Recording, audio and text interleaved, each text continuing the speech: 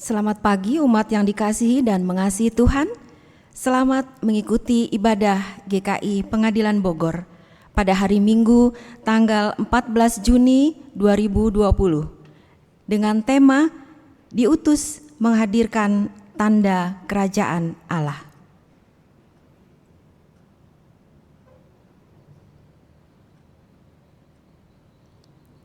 Umat, mari kita mulai ibadah ini dengan membaca Mazmur 100 ayat 1 sampai 3 secara berbalasan.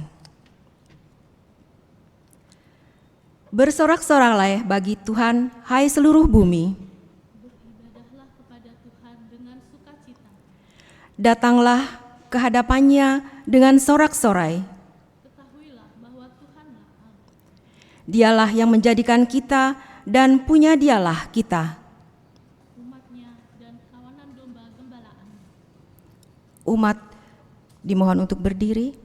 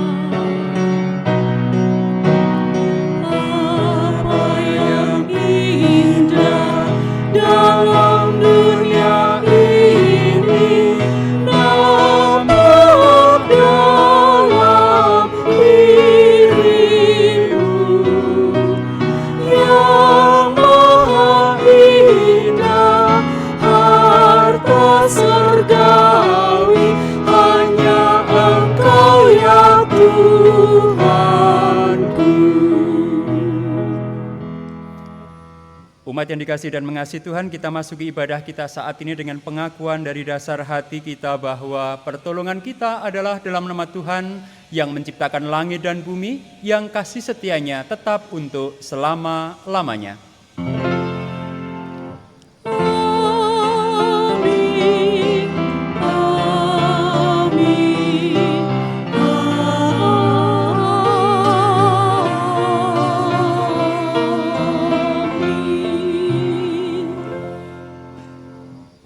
Kasih karunia dan damai sejahtera dari Allah Bapa kita dan dari Tuhan Yesus Kristus menyertai saudara sekalian. Dan beserta saudara juga. Tugas perutusan senantiasa melekat dalam kehidupan orang percaya. Siapapun kita, tua muda, perempuan, laki-laki, pengusaha, karyawan, orang tua, anak-anak, sehat, sakit. Tuhan Yesus mengutus setiap muridnya untuk menghadirkan tanda-tanda kerajaan sorga. Kerajaan sorga yang memberikan shalom dari Allah kepada manusia. Tanda-tanda kerajaan sorga yang sudah dimulai dari Tuhan Yesus harus terus nampak dalam kehidupan setiap orang percaya, saudara dan saya, kita semua. Seperti yang dikatakan Tuhan Yesus dalam Injil Matius 9 ayat 7, pergilah dan beritakanlah kerajaan surga sudah dekat. Apakah orang-orang di sekeliling kita sudah melihat tanda-tanda kerajaan surga itu nampak dalam kehidupan kita setiap hari? Hidup kita adalah seperti kitab terbuka di mana sesama bisa melihat Kristus di dalamnya.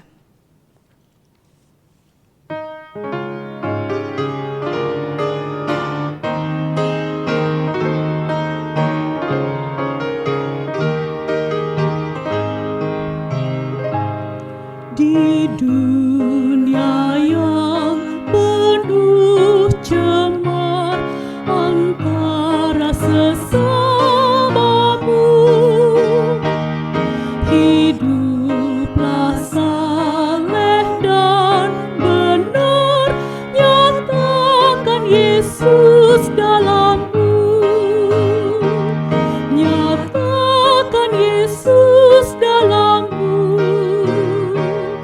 Nyatakan Yesus dalammu, sampaikan firman dengan hati teguh. Nyatakan Yesus dalammu, hidupmu kitab terbuka, dibaca sesamamu. Apakah tiap pembacanya melihat Yesus dalammu? Nyatakan Yesus dalammu, nyatakan Yesus dalammu,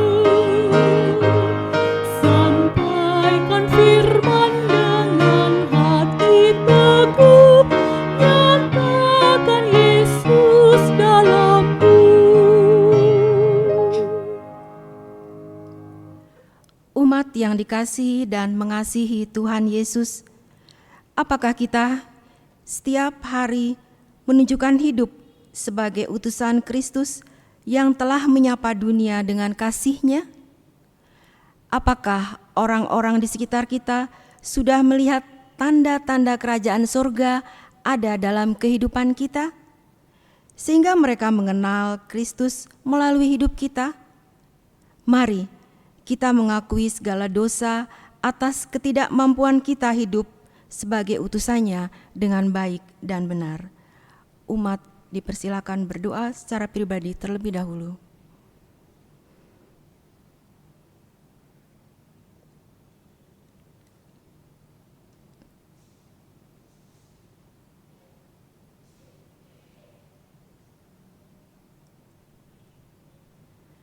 Bapa kami yang di surga, kami mengakui dan menyesali semua dosa yang ada dalam kehidupan kami. Ampuni kami, karena kami belum mampu menjadi utusan-utusan-Mu yang menyapa dan menjadi berkat bagi sesama. Ampuni kami, karena tutur kata, sikap, dan perbuatan kami tidak menunjukkan tanda-tanda kerajaan sorga. Kami mengakui bahwa hidup kami seringkali masih sama dengan dunia di sekitar kami. Ampuni kami Bapa, berikanlah anugerah-Mu agar kami dipulihkan. Kami berdoa dalam nama Tuhan Yesus Kristus. Amin.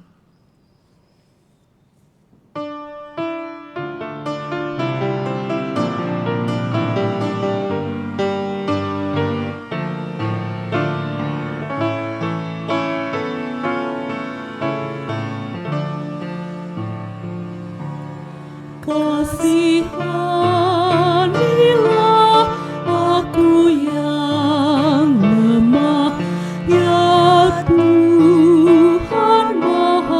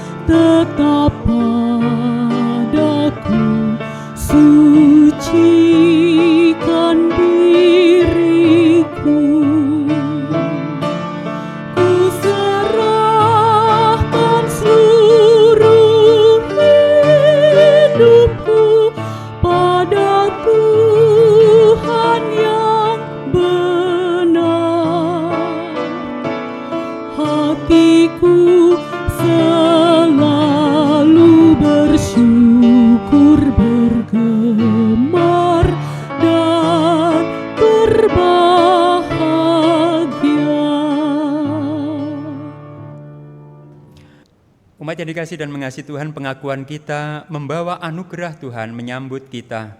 Seperti yang tertulis dalam Roma 5 ayat 8 sampai dengan 9 yang berbunyi, akan tetapi Allah menunjukkan kasih-Nya kepada kita, oleh karena Kristus telah mati untuk kita ketika kita masih berdosa.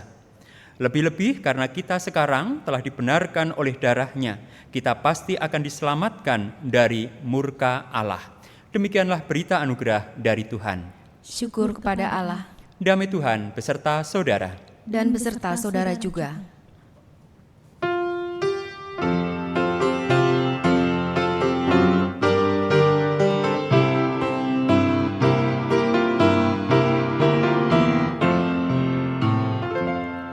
Dalam nama Yesus Tuhanku, sudah diampuni dosaku.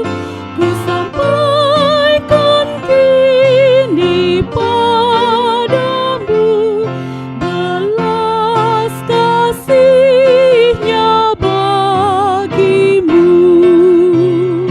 Karena Tuhan dengan cuma-cuma beri kuasa serta kasih-Nya, meneruskannya kita pun harus pergi sampai ke ujung dunia. Pada Yesus kuasa semesta, dalam sorga, dalam dunia. Ku sampaikan kini padamu kuasa katanya atasmu. Karena Tuhan dengan cuma-cuma beri kuasa serta kasih-Nya, meneruskannya kita pun harus pergi sampai ke ujung dunia. Umat yang dikasihi dan mengasihi Tuhan, mari bersama-sama kita berdoa mohon pimpinan Roh Kudus untuk mempersiapkan diri membaca dan merenungkan kebenaran firman Tuhan. Mari kita berdoa. Bapa Surgawi, kami sungguh mengucap syukur dan berterima kasih karena anugerah keselamatan telah menjadikan kami sebagai warga kerajaan Allah. Anugerah keselamatan melalui karya Tuhan kami Yesus Kristus memberikan suatu hal yang berharga dan bermakna dalam kehidupan kami. Pada saat yang sama kami juga bersyukur jikalau saat ini Engkau mengingatkan kami melalui kebenaran firman-Mu bahwa ketika Engkau menyelamatkan kami, maka kami harus memberitakan keselamatan itu kepada orang-orang di sekitar kami melalui hidup yang menunjukkan tanda-tanda kerajaan surga. Mampukan kami untuk menghayati kebenaran firman yang akan kami baca, dan biarlah Roh Kudus memampukan kami untuk mengerti, memahami, dan menghidupinya, sehingga kebenaran firman-Mu itu sungguh terjelma nyata dalam setiap langkah kehidupan kami. Pimpin hamba-Mu dalam segala keberadaannya, Engkau saja yang berkuasa atasnya, sehingga segala sesuatu yang hamba-Mu ungkapkan dan ucapkan adalah kehendak-Mu semata. Bersabdalah ya Bapa, karena setiap kami siap untuk mendengarkannya. Kami berdoa dalam nama Tuhan kami Yesus Kristus. Amin. Umat yang dikasihi dan mengasihi Tuhan, bacaan kita pada Minggu 14 Juni 2020 terambil dari Injil Matius, Injil Tuhan Yesus Kristus menurut Matius pasal 9 ayat 35 sampai dengan pasal 10 ayat 8. Injil Matius pasal 9 ayat 35 sampai dengan pasal 10 ayat yang ke-8 yang berbunyi demikian. Demikianlah Yesus berkeliling ke semua kota dan desa. Ia mengajar dalam rumah ibadat dan memberitakan Injil kerajaan surga serta melenyapkan segala penyakit dan kelemahan. Melihat orang banyak itu, tergeraklah hati Yesus oleh belas kasihan kepada mereka, karena mereka lelah dan terlantar seperti domba dan tidak bergembala. Maka katanya kepada murid-muridnya, tuaian memang banyak, tetapi pekerja sedikit. Karena itu mintalah kepada Tuhan yang empunya tuaian, supaya ia mengirimkan pekerja-pekerja untuk tuaian itu. Yesus memanggil ke-12 muridnya dan memberi kuasa kepada mereka untuk mengusir roh-roh jahat dan untuk melenyapkan segala penyakit dan segala kelemahan. Inilah nama ke-12 rasul itu. Pertama Simon yang disebut Petrus dan Andreas saudaranya, dan Yakobus anak Zebedius dan Yohanes saudaranya, Filipus dan Bartolomeus, Thomas dan Matius pemungut cukai, Yakobus anak Alfeus dan Tadeus, Simon orang Selot, dan Yudas Iskariot yang mengkhianati dia. Ke-12 murid itu diutus oleh Yesus dan ia berpesan kepada mereka, "Janganlah kamu menyimpang ke jalan bangsa lain atau masuk ke dalam kota orang Samaria, melainkan pergilah kepada domba-domba yang hilang dari umat Israel. Pergilah dan beritakanlah kerajaan surga sudah dekat. Sembuhkanlah orang sakit, bangkitkanlah orang mati, tahirkanlah orang kusta, usirlah setan-setan. Kamu telah memperolehnya dengan cuma-cuma, karena itu berikanlah pula dengan cuma-cuma." Demikianlah Injil Tuhan Yesus Kristus. Yang berbahagia adalah mereka yang mendengarkan firman Tuhan dan yang memeliharanya. Haleluya.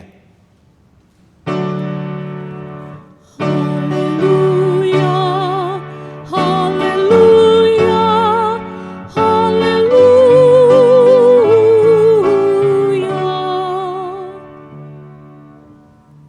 Selamat pagi umat yang dikasihi dan mengasihi Tuhan. Tema ibadah kita saat ini adalah diutus menghadirkan tanda kerajaan Allah. Diutus menghadirkan tanda kerajaan Allah. Nah, bagaimana kita menghayati dan menghidupi tugas perutusan ini dengan benar dan baik? Mari bersama-sama kita perhatikan apa yang dikatakan kebenaran firman Tuhan, agar hal itu sungguh kemudian terwujud dalam setiap kehidupan kita. Bapak, Ibu, dan saudara terkasih, yang pernah menjadi orang tua atau saat ini yang menjadi orang tua, pernahkah ketika kita menyuruh anak kita mengerjakan sesuatu, kemudian anak kita berkata, "Mengapa saya disuruh mengerjakan ini?" Pertanyaan mengapa ini kemudian membuat kita harus menjelaskan kepada anak kita. Mengapa kita menyuruh anak kita mengerjakan hal-hal yang sebenarnya sudah ia kerjakan? Kita mengatakan bahwa kita ingin mendidik mereka untuk terbiasa mengerjakan hal-hal yang juga terbiasa dalam kehidupan mereka. Mengajarkan mereka bahwa mereka nanti harus menghadapi sebuah kehidupan dan hal-hal itu harus mulai mereka kerjakan saat ini. Kita juga mengatakan agar mereka terbiasa dengan hal-hal yang sebenarnya bisa mereka kerjakan dalam kehidupan setiap hari. Sehingga suatu saat ketika keadaan memaksa, mereka tidak lagi kaget atau terpaksa, tetapi sudah terbiasa mengerjakan hal-hal yang mulai saat ini kita ajarkan, kita latih kepada mereka. Tetapi pada saat yang sama mungkin ketika kita sebagai anak, ketika orang tua kita mengajar kita, menyuruh kita untuk melakukan sesuatu, kita pun menanyakan hal yang sama. Barulah ketika kita sebagai orang tua, kita tahu bahwa ketika orang tua kita menyuruh kita melakukan sesuatu atau mengerjakan segala sesuatu, sebenarnya itu sebagai sebuah bentuk pengajaran sekaligus melatih kita untuk bertanggung jawab terhadap kehidupan ini.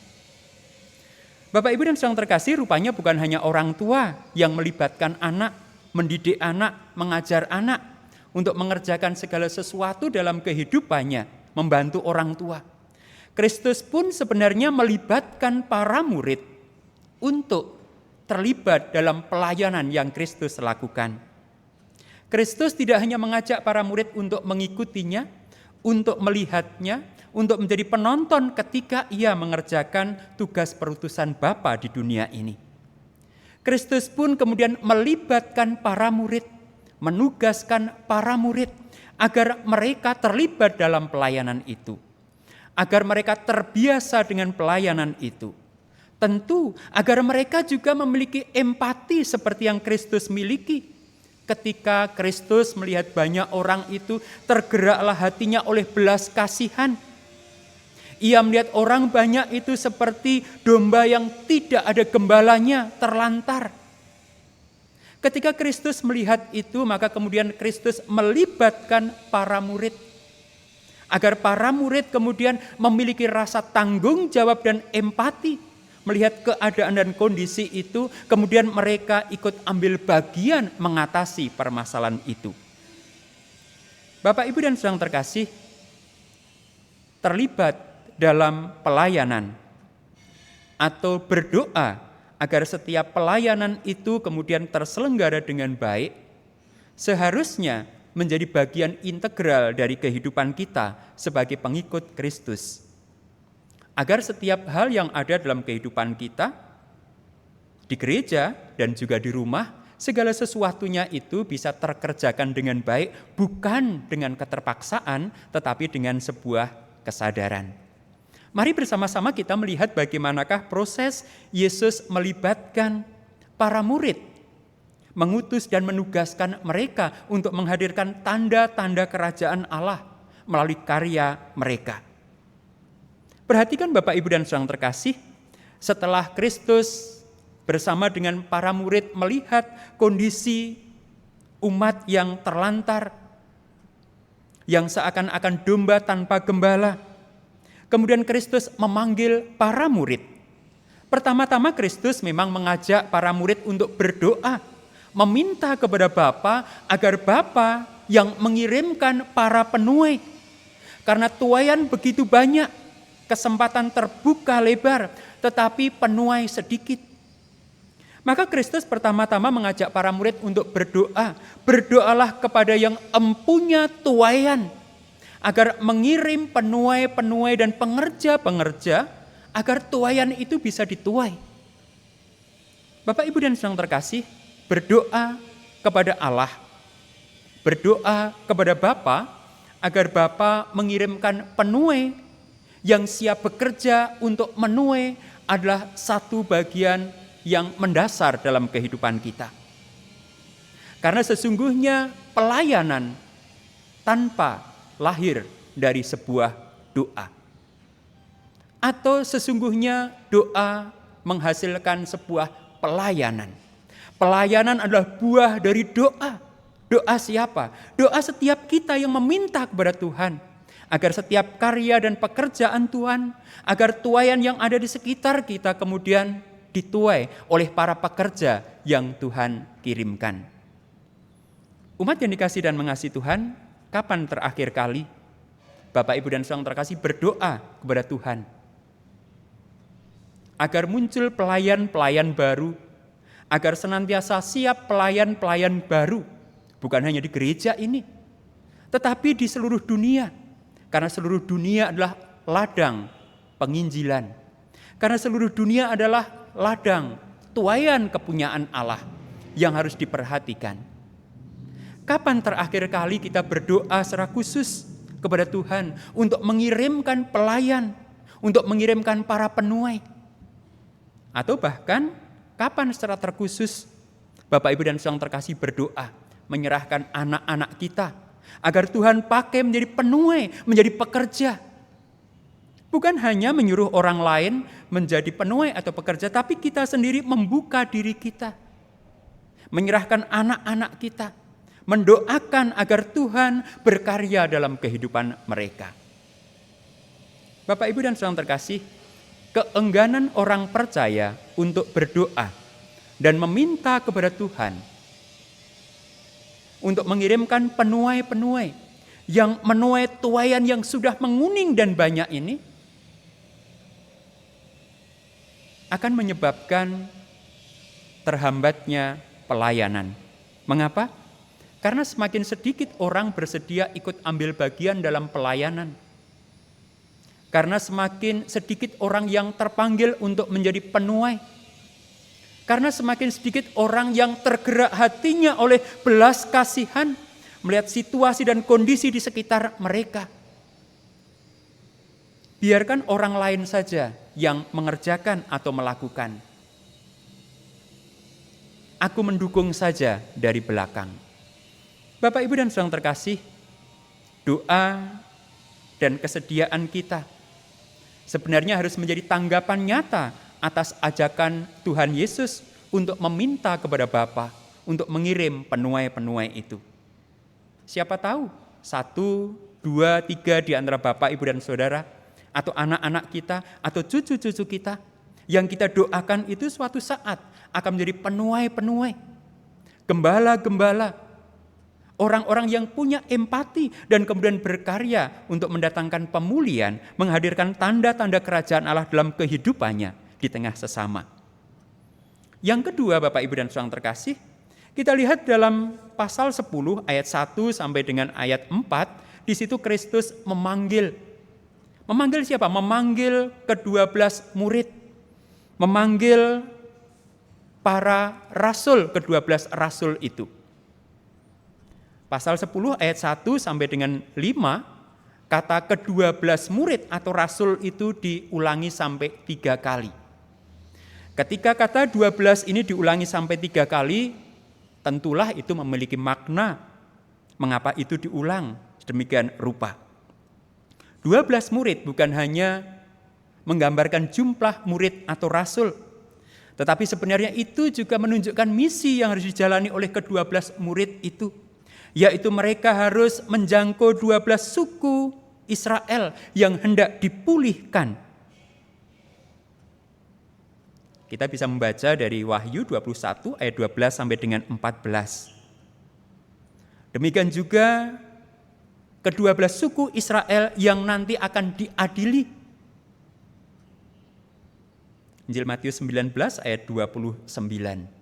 Jadi sebenarnya kata 12 murid atau rasul ini lebih menunjuk kepada misi yang harus mereka jangkau atau capai, yaitu ke-12 suku Israel yang terhilang yang harus dipulihkan di hadapan Tuhan. Yang kedua, Bapak, Ibu, dan saudara terkasih, kita juga melihat bahwa ketika Yesus menyebut nama ke-12 murid atau rasul itu dua-dua. Perhatikan di situ, inilah nama-nama ke-12 rasul itu. Pertama Simon yang disebut Petrus dan Andreas saudaranya, Yakobus anak Zebedeus dan Yohanes saudaranya, Filipus dan Bartolomeus, Thomas dan Matius, sampai selesai. Angka 22 ini, Bapak, Ibu, dan saudara terkasih, juga menunjukkan adanya tema kebersamaan. Tema persaudaraan bukan hanya secara fisik, tetapi tema persaudaraan dalam Yesus yang kuat. Agar dalam kebersamaan itu mereka bisa memberi kesaksian yang lebih kuat. Bukankah kesaksian satu orang bisa diragukan, tetapi kesaksian 2 orang itu tidak bisa diragukan dan menjadi kuat. Tema kebersamaan dalam pelayanan menjadi penting, karena tanpa kebersamaan ini maka banyak pelayanan tidak akan bisa dikerjakan. Ketika kita mengadakan tapping ibadah ini, Bapak, Ibu, dan saudara terkasih, ada 3 kamera paling tidak. Ada 3 orang yang masing-masing memegang 1 kamera. Saya tidak bisa membayangkan kalau 1 orang memegang 3 kamera harus berlari sana sini. Tentu sesuatu hal yang sulit. Kita syukuri ada kebersamaan. Bukankah dalam pelayanan yang kita lakukan saat ini, kebersamaan senantiasa tergambar secara jelas. Ada pemusik, ada prokantor, ada penatua, ada petugas MM, dan tentu ada yang mendengarkan khotbah serta ada yang berkhotbah. Kebersamaan menjadi tema yang juga Kristus tekankan dalam pelayanan ketika ia memanggil para murid. Pelayanan yang dilakukan secara bersama-sama itu akan lebih mudah dikerjakan. Bukankah beban yang berat akan lebih ringan ketika diangkat bersama-sama? Bukankah dalam kebersamaan itu kita bisa saling menghibur dan menguatkan? Bukankah dalam kebersamaan itu kemudian kita tidak merasakan kesendirian, tetapi ada teman seperjalanan? Kebersamaan dalam pelayanan menghadirkan sebuah kekuatan, kesaksian, dan tentu juga hasil yang lebih baik. Pada saat yang sama tentu kebersamaan itu menghadirkan sebuah kerjasama dan sinergi yang mencerminkan juga betapa Allah senantiasa menghendaki sinergi atau kebersamaan itu hadir dalam kehidupan kita. Kristus memanggil agar para murid dan ke-12 rasul itu menjalankan misi mereka, sekaligus menjalankannya secara bersama-sama. Tentu ketika Kristus memanggil ke-12 rasul ini, mengutus mereka, ia juga memberikan kuasa. Dikatakan dalam ayat yang pertama, Yesus memanggil ke-12 murid dan memberi kuasa kepada mereka. Bapak, Ibu, dan saudara terkasih, Kristus tidak hanya berbagi tugas. Kristus tidak hanya menyuruh mereka untuk mengerjakan apa yang telah Kristus kerjakan, tetapi Kristus juga berbagi kuasa atau memberi kuasa kepada ke-12 murid dan ke-12 rasul ini. Kuasa ini menjadi sangat penting karena tanpa kuasa dari Kristus mustahil ke-12 murid atau ke-12 rasul itu mampu melaksanakan tugas perutusan mereka. Jadi Bapak, Ibu, dan saudara terkasih, ketika Kristus memanggil kita, tentu Kristus juga memberi kuasa kepada kita. Kristus akan memampukan kita. Jadi sebenarnya alasan yang sering kali kita ungkapkan, saya tidak mampu atau saya belum punya waktu, orang lain saja yang mengerjakan, itu menandaskan dan menegaskan kepada kita bahwa kita meragukan kuasa Kristus yang dibagi untuk kita dan dalam kehidupan kita. Karena ketika Kristus membagi atau memberi kuasanya, maka sesungguhnya ia memberikan sebuah kekuatan, kemampuan, daya tahan untuk setiap mereka yang diutusnya. Bukankah kuasa Kristus atau kuasa surgawi itu akan melampaui segala keterbatasan, ketidakmampuan yang ada dalam kehidupan kita? Memberikan inspirasi dan juga kemudian memberikan keberanian bagi kita untuk melangkah. Maka mari senantiasa kita menguatkan diri kita serta menguatkan orang-orang di sekitar kita, bahwa ketika Kristus memanggil kita, maka kita meyakinkan mereka bahwa Kristus juga memberikan kuasanya sehingga kita dimampukan untuk mengerjakan apa yang Kristus percayakan. Yang ketiga, Bapak, Ibu, dan saudara terkasih, setelah Kristus memanggil ke-12 murid atau rasul, berbagi kuasa dengan mereka, maka kemudian Kristus mengutus mereka. Tugas perutusan yang disampaikan oleh Kristus kepada ke-12 murid dan ke-12 rasul ini sangat jelas. Dimulai dari ayat yang kelima, janganlah kamu menyimpang ke jalan bangsa lain atau masuk ke dalam kota orang Samaria, melainkan pergilah pada domba-domba yang hilang dari umat Israel. Pergilah dan beritakanlah kerajaan surga sudah dekat. Sembuhkanlah orang sakit, bangkitkan orang mati, tahirkan orang kusta, usirlah setan-setan. Umat yang dikasihi dan mengasihi Tuhan, ada 3 hal yang diperintahkan Yesus untuk para murid dan rasul kerjakan, yaitu mereka harus mencari domba yang tersesat atau umat yang terhilang. Pergilah kepada domba-domba yang hilang dari umat Israel. Tugas pengutusan Yesus jelas, arahnya, misinya jelas, yaitu mencari domba-domba yang terhilang dari umat Israel. Dalam bacaan ini, Bapak, Ibu, dan saudara terkasih, memang tugas perutusan para murid belum menjangkau bangsa-bangsa yang lain seperti Injil Matius 28, tetapi masih berfokus kepada domba-domba yang hilang dari umat Israel. Yang kedua, pergilah dan beritakanlah kerajaan surga sudah dekat. Ketika mereka mencari domba-domba yang hilang pada saat yang sama, mereka harus memberitakan kerajaan surga yang sudah dekat. Kerajaan surga yang sudah dekat ini harus disambut dengan apa? Dengan pertobatan. Sehingga setiap mereka yang terhilang, yang ditemukan itu diajak kembali untuk kembali kepada kasih karunia Allah. Karena apa? Karena kerajaan surga sudah dekat, pertobatan itu menjadi penting. Bapak, Ibu, dan saudara terkasih, sejauh mana kita menjalankan tugas perutusan ini? Mencari domba-domba yang terhilang, membawa mereka kembali ke dalam rangkulan kasih anugerah Allah. Tentu dalam praktek saat ini, hal ini bisa kita lakukan ketika kita memperhatikan orang-orang yang terhilang dari tengah persekutuan. Mereka yang sudah lama tidak kelihatan, mereka yang tidak aktif, mereka yang tidak terdengar kabarnya. Oleh karena itu Bapak Ibu dan Saudara terkasih, salah satu isi di warta kita adalah tentang ulang tahun. Sesungguhnya melalui hari ulang tahun itu, kita bisa mencari mereka yang terhilang, menemukan yang tersesat, mengetahui kondisi, situasi, dan keberadaan mereka di mana. Hal yang sangat sederhana, tetapi sebenarnya itu bisa kita gunakan untuk mencari dan menemukan mereka. Membawa mereka kembali ke tengah-tengah persekutuan.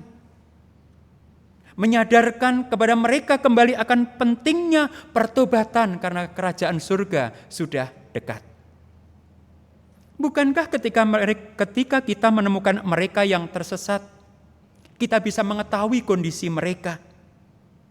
Mungkin mereka membutuhkan pemulihan, mungkin mereka membutuhkan kesembuhan, mungkin mereka membutuhkan penunjuk jalan pulang kembali. Bapak, Ibu, dan Saudara terkasih, ketika Kristus mengutus ke-12 murid dan ke-12 rasul itu untuk menyembuhkan orang sakit, membangkitkan orang mati, mentahirkan orang kusta, dan mengusir setan-setan, sesungguhnya itu semua bisa terjadi karena kuasa Kristus ada dalam kehidupan mereka. Pada saat yang sama, ketika kita melakukan tugas perutusan itu, kita akan dimampukan sesuai dengan talenta kita masing-masing.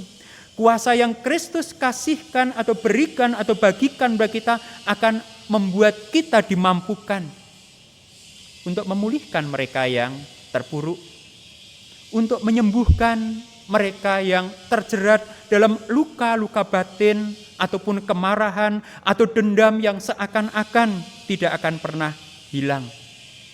Memulihkan kondisi mereka, membawa mereka kembali, meyakinkan mereka kembali bahwa mereka berharga ketika mereka menyambut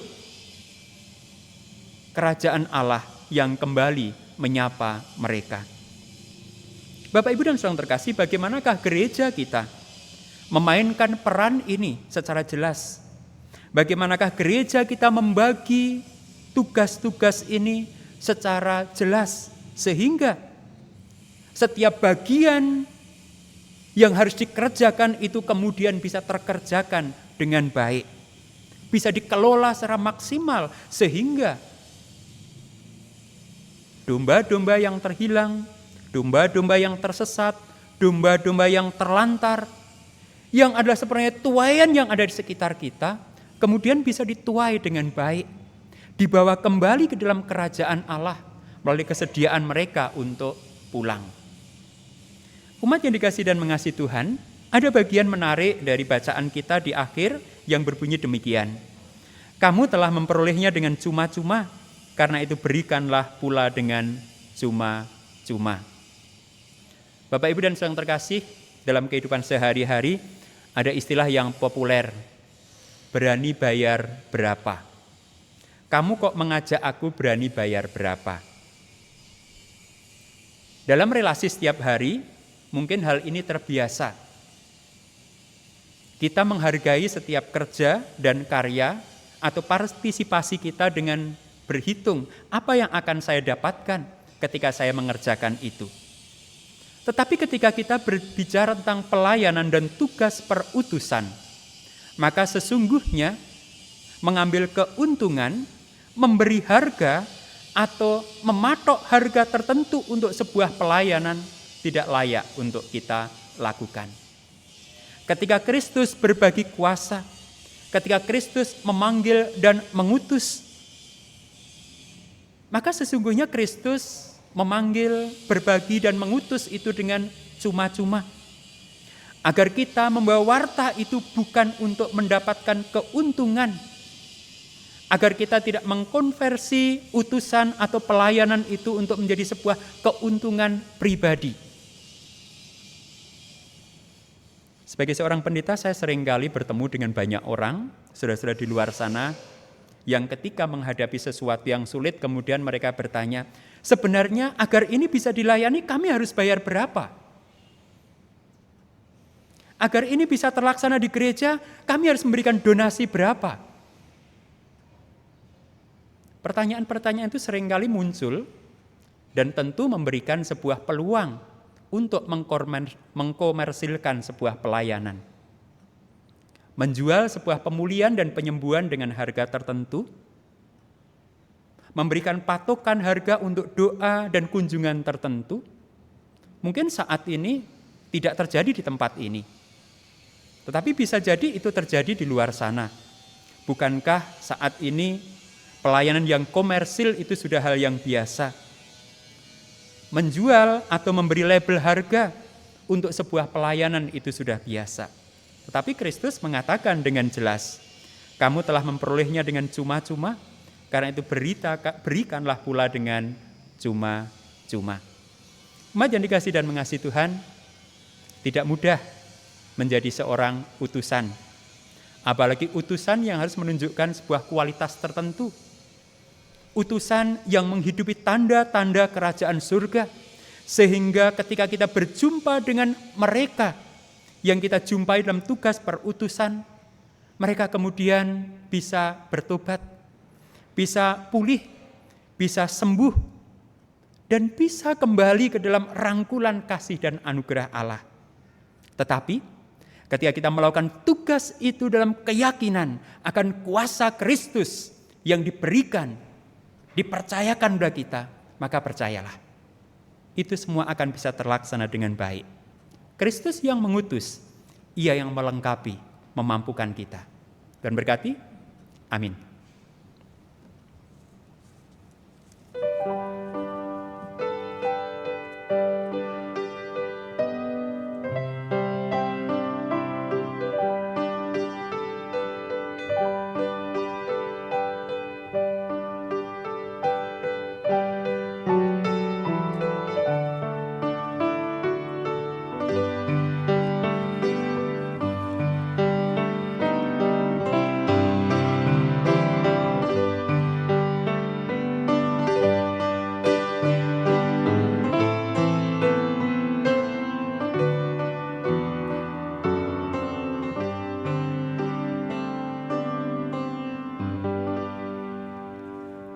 Umat diundang untuk berdiri.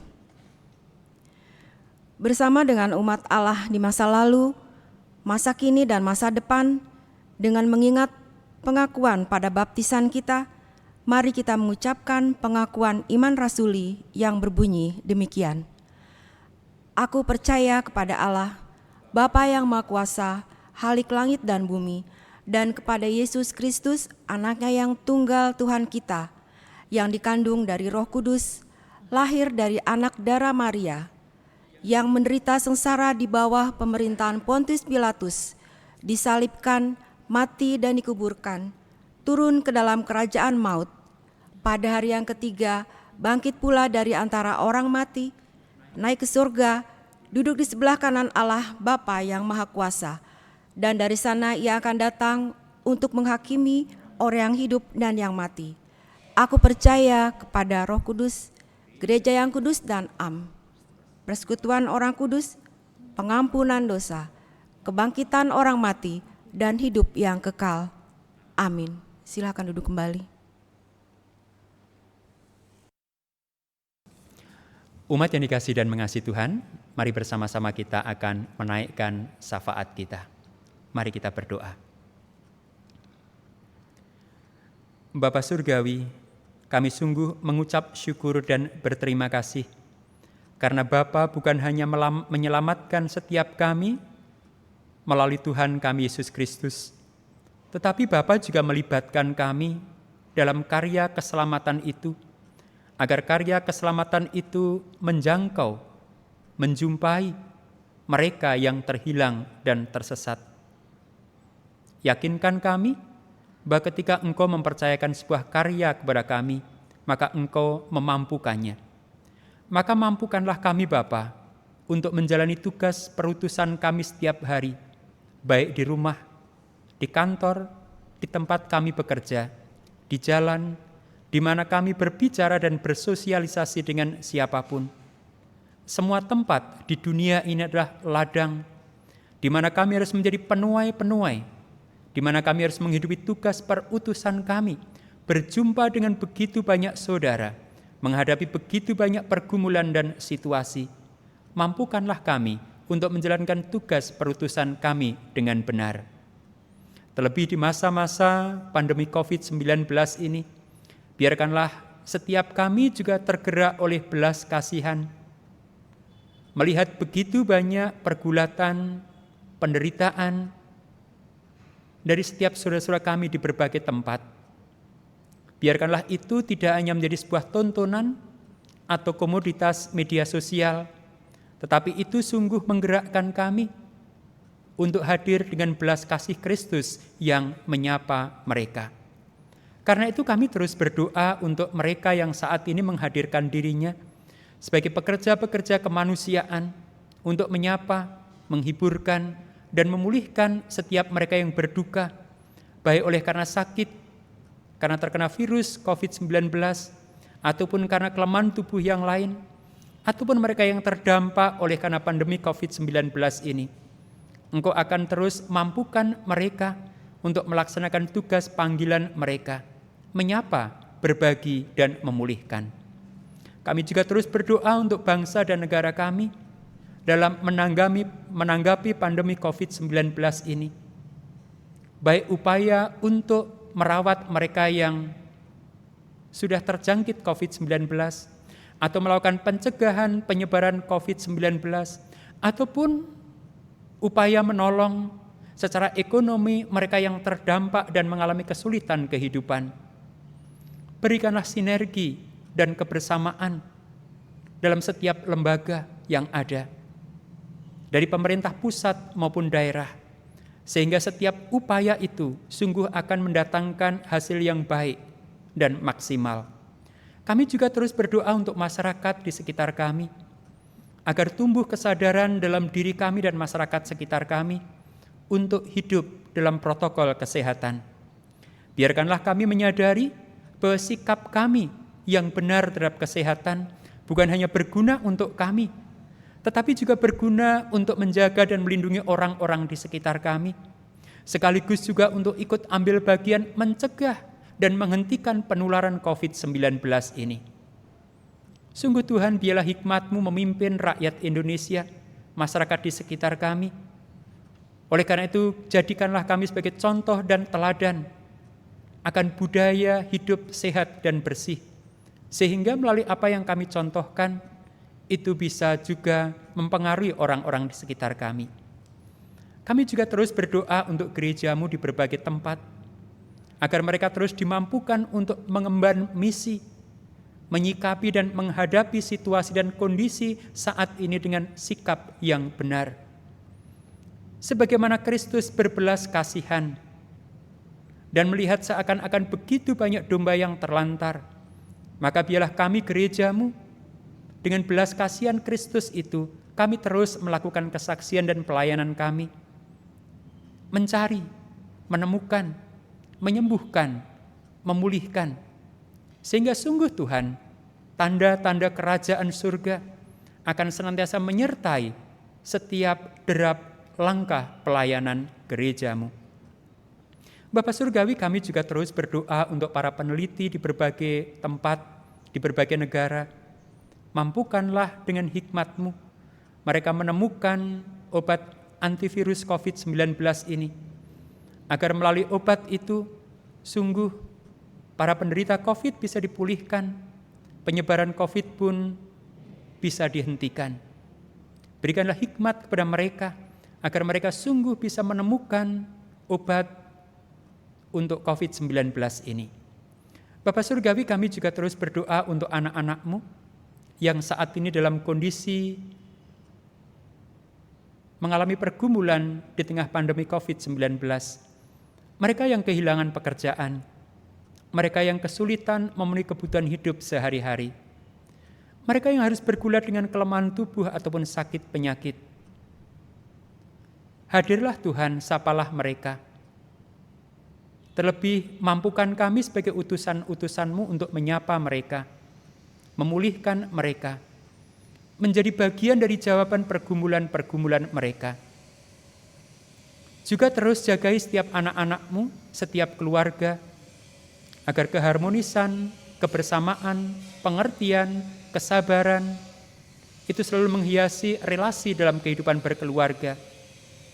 Karena sesungguhnya banyak keluarga yang dihinggapi kejenuhan, kebosanan, keterbatasan, bahkan mungkin ada pertikaian, kebencian oleh karena berbagai situasi dan kondisi saat ini. Pulihkanlah mereka Tuhan. Bapak Surgawi, kami juga terus berdoa untuk para utusan yang dibutuhkan oleh gereja-Mu. Kiranya Engkau yang akan terus berkarya melalui umat-Mu, agar semakin hari semakin banyak utusan, agar penuai juga semakin tersedia untuk menuai ladang di dunia ini. Engkaulah yang empunya ladang, Engkaulah yang akan menyediakan penuai-penuai. Maka biarlah setiap kami membuka diri kami untuk Engkau utus, agar sungguh apa yang harus dituai itu dapat dituai dengan baik. Kami juga berserah untuk setiap pribadi lepas pribadi dari anak-anak-Mu. Doa mereka satu persatu. Tuhan yang akan mendengar, Tuhan yang akan menjawab, Tuhan yang akan mengabulkan. Kami serahkan akan kesempurnaan dan terwujudnya setiap doa kami. Dalam satu nama yang empunya kuasa di bumi maupun di surga, Tuhan kami Yesus Kristus yang mengajar kami berdoa. Bapa kami yang di surga, dikuduskanlah nama-Mu, datanglah kerajaan-Mu, jadilah kehendak-Mu di bumi seperti di surga. Berikanlah kami pada hari ini makanan kami yang secukupnya, dan ampunlah kami akan kesalahan kami, seperti kami juga mengampuni orang yang bersalah kepada kami. Dan janganlah membawa kami ke dalam pencobaan, tetapi lepaskanlah kami daripada yang jahat. Karena Engkaulah yang mempunyai kerajaan dan kuasa dan kemuliaan sampai selama-lamanya. Amin.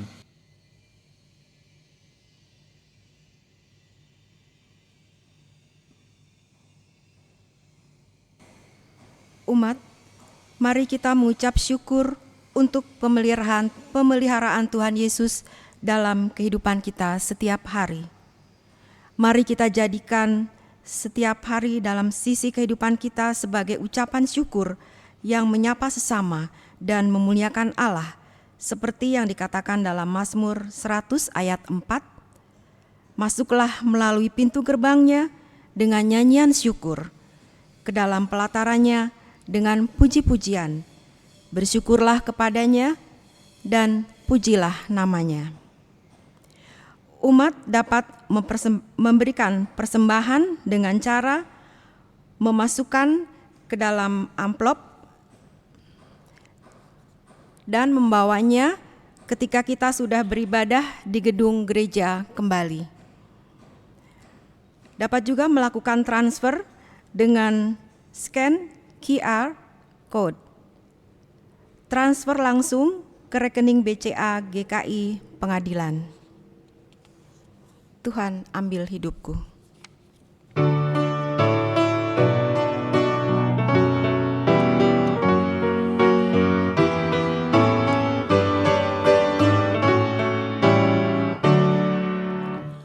Tuhan ambil hidupku dan kuduskan bagimu, pun waktuku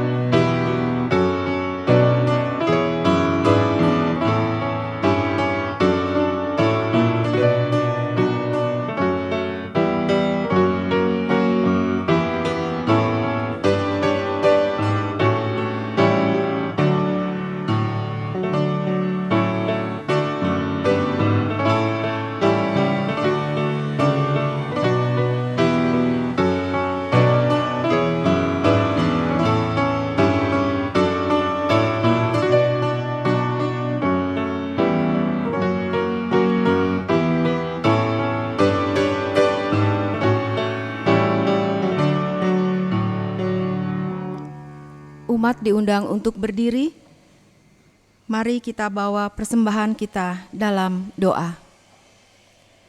Ya Tuhan, inilah ungkapan syukur kami yang kami bawa kepadamu.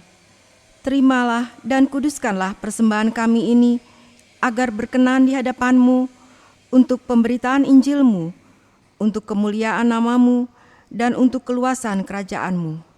Dalam nama Tuhan Yesus kami berdoa. Amin. Umat yang dikasihi dan mengasihi Tuhan, mari kita senantiasa mensyukuri keselamatan yang telah Allah anugerahkan melalui Tuhan Yesus, sehingga hidup yang kita jalani adalah hidup sebagai utusan-utusan Allah yang menyapa dunia. Jika padaku ditanyakan,